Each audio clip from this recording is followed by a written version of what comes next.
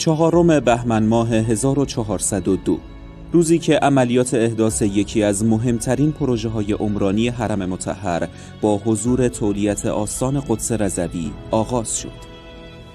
رواق امیرالمؤمنین علیه السلام با هدف افزایش فضاهای زیارتی مسقف حرم مطهر رضوی با 15700 متر مربع زیربنا توسط خادمان امام مهربانی‌ها در سازمان عمران و نگهداری حرم مطهر در حال ساخت است تا گامی مهم در جهت تسهیل زیارت و رفاه حال زائرین برداشته شود.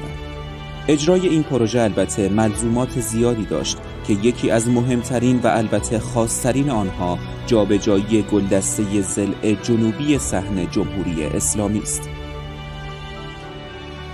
این اتفاق در روز شنبه 11 اسفند ماه و با حضور آیت الله مروی رخ داد.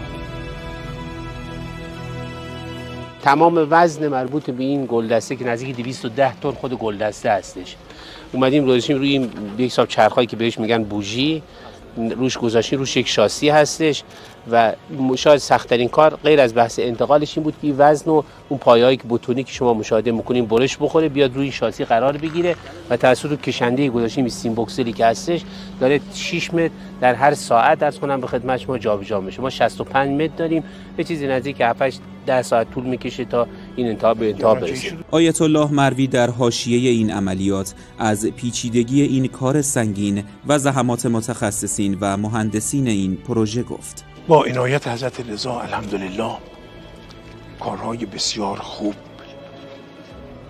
و ماندگار و بی‌نظیر توسط مهندسان و متخصصین ایرانی الحمدلله داره صورت میگیره. همین مناره‌ای که دارن جابجا میکنن حدود 210 تن وزن خود مناره است.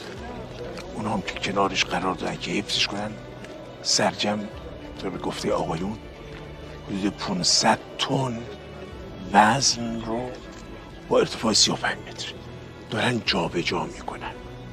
اونم نه رو زمینه که زیرش خالیه، نه یک زمین معمولی. تولیت آستان قدس رضوی چنین پروژه هایی را از برکات انقلاب اسلامی دانست. بودم از برکات انقلابه که مهندسین ما، متخصصین ما، دانشگاهیان خوب ما یک چنین کارهای بزرگی رو انجام میدن. هیچ احتیاج این که یک مهندس و کارشناس آمریکایی یا اروپایی کنارشون باشه نمیکنن. این اعتماد به نفس، این قوت قلب، اینو انقلاب داد و انشالله در همه حوزه ها ما همینجور پیش بریم واقعا میتونیم کشورمون رو بدون وابستگی، بدون کرنش در برابر آمریکا و ابرقدرت ها بسازیم و پیشرفت کنیم انشاءالله. این یک نمونه کوچکیشه، این نمونه کوچکیشه که میتونیم، بس میتوانیم رو پای خودمون بایستیم الحمدلله، با دانشگاهی‌های خودمون، با متخصصین خودمون، با اون ظرفیت‌های بومی یک چنین کارهای بزرگی رو انجام بدیم که رکورددار بشیم در این حوزه. در همه بخش‌ها میتونیم کار را بکنیم. همت باشه و اراده انشالله. حفظ ابنیه صحن جمهوری اسلامی از اولویت‌های این پروژه است و جابجایی گلدسته هم در همین راستا صورت گرفت. بعد از ماه‌ها بررسی و پژوهش تصمیم بر این شد سکوی جابجایی و سازه مهار ایجاد و انتقال گلدسته عملیاتی شود.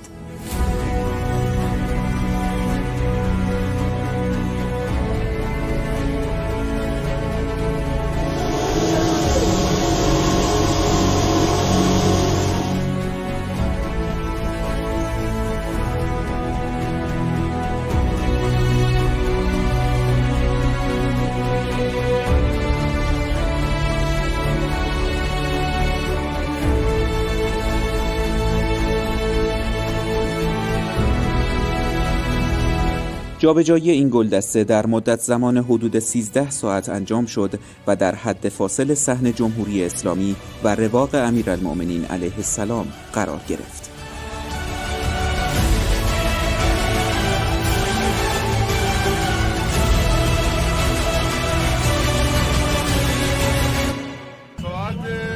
ساعت رو اعلام میکنم 29 دقیقه به مقصد. همگی خسته نباشید.